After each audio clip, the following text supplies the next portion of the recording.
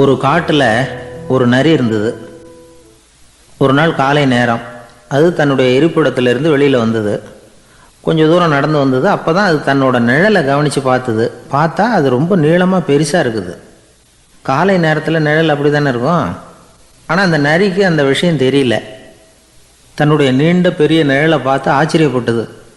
ஆஹா, நாம் இவ்வளவு பெருசாக இருக்கிறோம் அப்படின்னா என்னுடைய காலை சாப்பாட்டுக்கு ஒரு யானை இல்லைன்னா ஒரு ஒட்டகம் கிடைச்சாதான் சரியாக இருக்கும் போல இருக்கு அப்படின்னு முடிவு பண்ணிக்கிட்டுது. உடனே ஒரு யானை அல்லது ஒட்டகத்தை தேடி அலைஞ்சுது, எங்கே கிடைக்கும்னு. கிடைக்கவே இல்லை. மத்தியானம் 12 மணி ஆயிட்டுது. பசியோடு அலையுது. இப்போ தன்னோட நிழலை பார்த்தது. அது மத்தியான நிழல் எப்படி இருக்கும், அது ரொம்பவும் குறுகி போய் தெரிஞ்சுது.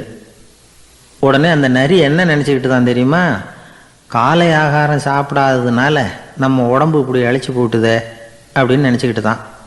கொஞ்ச நேரம் கழித்து மறுபடியும் தன்னுடைய நிழலை பார்க்குது. அது இன்னமும் குறுகி போய் காலடியிலே வந்துட்டுது. அதுக்கு பயமாக போயிடுது.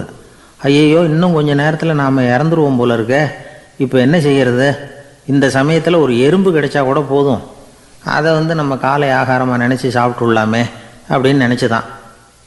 நம்முடைய நிழல் கூட நம்மளை மாதிரியே தான் அடிக்கடி மாறிக்கிட்டே தான் இருக்குது. அது எப்பவும் ஒரே மாதிரி இருக்கிறது இல்லை. மனிதனுக்கு ஏற்படுகிற தன்முனைப்பு இருக்கு பாருங்க, ஈகோ, அது கூட ஒரு நிழல் மாதிரி தானா.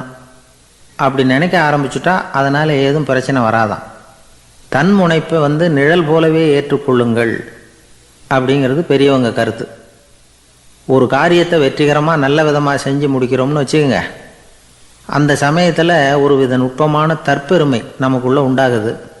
இது இயற்கையானது, அதனால் இது மேலே பற்று வைக்கக்கூடாது. அப்படி வைக்க ஆரம்பிச்சுட்டா அந்த தற்பெருமை ஒரு நிரந்தர விருந்தாளியாக நம்மக்கிட்ட தங்கிக்கும். நம்ம நிழல் எப்படின்னு பாருங்கள், நாம் நடக்கும் பொழுது நம்ம பின்னாடியே வரும்.